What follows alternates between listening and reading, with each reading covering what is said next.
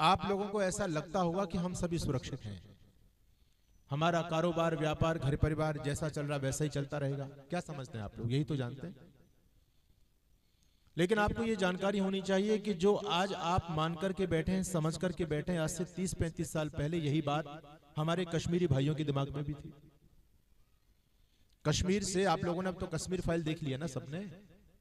तो कश्मीर से जो लोग आपके यहाँ आए, कश्मीर घाटी को छोड़ करके आए, उन लोगों ने कभी अपने दिमाग में ये बात कभी सोची होगी क्या कि एक दिन वो भी आएगा कि हमको सब कुछ छोड़ करके यहाँ से जाना पड़ेगा?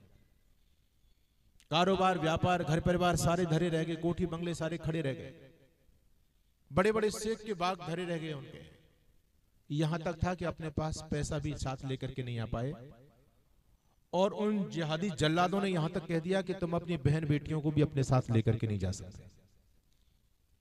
आज भी आप लोगों के संपर्क में कोई ना कोई ऐसे लोग तो होंगे जो पाकिस्तान से आए होंगे, सिंध से आए है ना। हमारी बहन जी बैठी हुई है, बहुत सारे लोग हैं। उनकी व्यथा कभी पूछना आपको समय मिले तो। उन लोगों ने कभी सोचा होगा कि एक दिन वो भी आएगा, हमको सब कुछ छोड़ करके जाना पड़ेगा। और मानभाव इस कोठी बंगले संपत्ति की बात तो भूल जाओ। आप लोग तो बहुत सारे लोग यहाँ पर बैठे हैं, क्या स्थिति रही।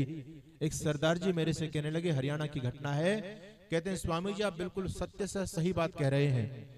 हम लोग वो हैं जिन लोगों ने अपने हाथों से बड़े बड़े गंडा से लेकर के, जिनसे किसान गन्ना काटता है, उन गड़ासों से हमने अपनी माँ बहन बेटियों को काटा है। कहते हैं हालात वो बन गए, हमको हुक्म दिया गया कि जल्दी से जल्दी इस घाटी को, पाकिस्तान की इस जगह को छोड़ करके जाइए, और अपने साथ कुछ भी लेकर के नहीं जा सकते। यहां तक कह दिया कि तुमको अपनी बहन बेटियों को हमारे लिए छोड़ करके जाना पड़ेगा, ये तक आदेश दिया। जब ये बात हमारी माँ बहन बेटियों ने सुनी तो उन्होंने कहा कि यदि तुम हमारी रक्षा नहीं कर सको और हमारा सतीत्व सुरक्षित नहीं है, तो इससे बेहतर है कि अपने हाथों से हमको मार दो, हमारी गर्दन दबा दो। तो कितने निर्भागी लोगों ने ये सब काम किया। और कुछ लोग बड़े हिम्मती लोग थे, महिलाओं ने भी हिम्मत अपनी जुटोई। पुरुष लोग भी कहा कि नहीं ऐसा कैसे कर सकते, हम लड़ेंगे, हम मरेंगे, लेकिन ऐसे हम अपने हाथों से अपने जो बेटियां हमने पैदा की उनको कैसे हम मार देंगे। मैं जम्मू कश्मीर जाता रहता हूं, वहां हमारे एक इंजीनियर साहब हैं, लगभग उम्र उनकी 90 साल से ऊपर हो गई। वो मंजर बता रहे थे कि स्वामी जी, और जब बता रहे थे तो उनकी आंखों से आंसू गिर रहे थे। कह रहे थे स्वामी जी आपको क्या बताएं, हम वो दुर्भाग्यशाली लोग हैं, हमने उस घटनाओं को देखा, उस मंजर को अपनी आंखों से देखा है कि आज हम जब उसको स्मरण करते हैं तो हमारी आंखों से आंसू टपकने लग जाते हैं। कहते हैं कि जब हम पाकिस्तान से चले थे, हमने मन बनाया, अपनी हिम्मत को जटोया, हमारी बहन बेटियों ने भी हिम्मत बांधी कि हम साथ चलेंगे, मर जाएंगे, लड़ते लड़ते मरेंगे, लेकिन यहां इन दुश्मनों के हाथ नहीं पड़ेंगे। कहते हैं जब चले तो चलते चलते चलते चलते काफिला बनता चला गया, बनता चला गया। 35,000 लोग हम हो गए। कितने? 35,000। 35,000 की संख्या कम नहीं होती, लेकिन पास में कुछ नहीं था, धन संपत्ति सब कुछ, हाथ में लाठी तक नहीं थी। पहले ही बदमाश लोगों ने, उन लोगों ने आर्मी की ड्रेस पहन करके, और उन लोगों ने सब कुछ उनसे जब्त कर लिया था।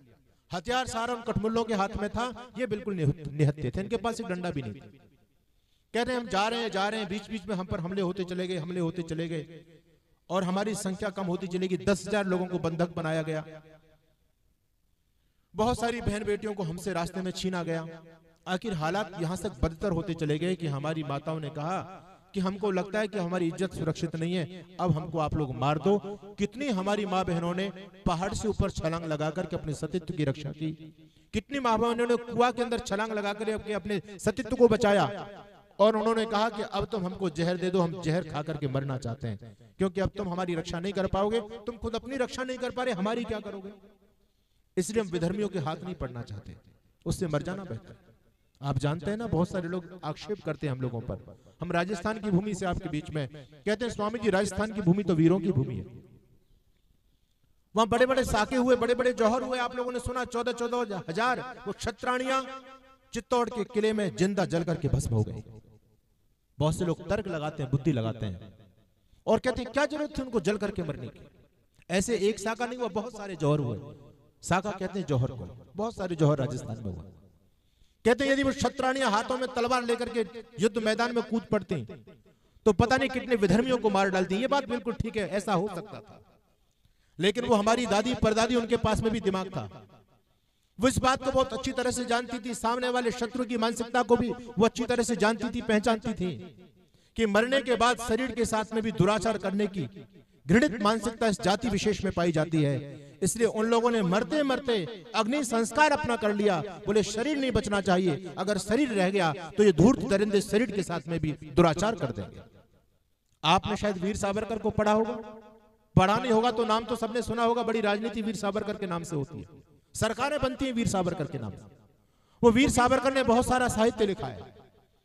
2 बार आजीवन कारावास की सजा अंग्रेज लोगों ने उनको दी। महान क्रांतिकारी थे, बहुत बड़े ऋषि दयानंद के प्रबल प्रतापी सैनिक थे, कट्टर आर्य समाजी वीर सावरकर। श्यामजी कृष्ण वर्मा के शिष्य, जो श्यामजी कृष्ण वर्मा महर्षि दयानंद के शिष्य थे, उन्हीं के शिष्य थे वीर सावरकर। वीर सावरकर ने एक पुस्तक लिखी, उस पुस्तक को पढ़ना आपके रोंगटे खड़े हो जाएंगे। एक पुस्तक है मोपला। मालाबार के अंदर जब हमारे लाखों भाइयों को रात रात में नरसंहार कर दिया गया, एक वर्ग विशेष के लोगों के द्वारा, मुसलमान लोगों के द्वारा, तो वहां केवल उनका नरसंहार ही नहीं हुआ, नरसंहार तो हुआ, जो लोग काम के नहीं थे उनका नरसंहार किया गया। और मुझे कहने में शर्म आती है, ये दुर्घटना इस हिंदू जाति के साथ में हुई, लेकिन इस हिंदू जाति ने इतनी भयंकर दुर्घटनाओं से कोई सबक नहीं लिया। हमारी जो नौजवान बहन बेटियां होती थीं, उनको इकट्ठा किया जाता था और ये दरिंदे खैरात के रूप में उनको बांटते थे। उस बस्ती को जलाने में, नगर को फतेह करने में जिस गुंडे का जितना बड़ा भाग होता था, जितना बड़ा सहयोग होता था, पहले उसको राइट दिया जाता था कि तुमको जितनी महिलाएं चाहिए लेकर के जा सकते हो। फिर जिसके दूसरे नंबर पर जिसका योगदान होता था उसको अधिकार दिया जाता था। आप वीर सावरकर को पढ़ो, वीर सावरकर के लिखते हैं, एक सुंदर हिंदू कन्या पर बहुत सारे गिद्ध लोगों की दृष्टि पड़ी हुई थी और वो इस ताक में थे कि कब इस गांव को हम फतेह करेंगे और ये कब ये हिंदू लड़की हमारे चंगुल में फंसे। आखिर वो गांव जब फतेह हुआ, वो बहन अपने सतीत्व की रक्षा के लिए दौड़ती है। आखिर दरिंदों ने घात लगा करके कुत्तों की तरह उस पर टूट पड़ते हैं और उस बहन को पकड़ा जाता है। वीर सावरकर लिखते हैं, उसके साथ में दुराचार होना प्रारंभ होता है, उसकी जान निकल जाती है, वो मर जाती है और मरने के बाद भी 17 दरिंदों ने उसके जिस्म के साथ में व्यभिचार किया। ये गंदी मानसिकता इन लोगों के पास में पाई जाती है। तो हमारी दादी परदादियों ने सोचा इससे बेहतर है कि हम जहर खा करके अपने जीवन को समाप्त करें। इनके हाथों हम नहीं पड़ना चाहते। इंजीनियर साहब कह रहे थे, स्वामी जी जब जहर की मांग हुई, हम लोग जहर खरीद करके लाए और हमने अपने माँ बहन बेटियों को जहर बांटा, लेकिन दुर्भाग्य की बात यह थी कि उनकी संख्या ज्यादा थी। सांखिया जहर हमको कम मिला और उनमें आपस में लड़ाई होगी जहर को लेकर के, हमको भी जहर चाहिए, हमको भी जहर चाहिए, हमको भी अपनी इज्जत बचानी है। ये स्थिति इस हिंदू जाति की हुई। लेकिन ये सब कुछ हुआ, हमने उससे सबक क्या लिया? स्थितियां जैसे पहले डामाडोल हुई थी, जिन कारणों के चलते हिंदू जाति गुलाम बनी थी, आज वही कारण समाज में फिर बढ़ते चले जा रहे हैं।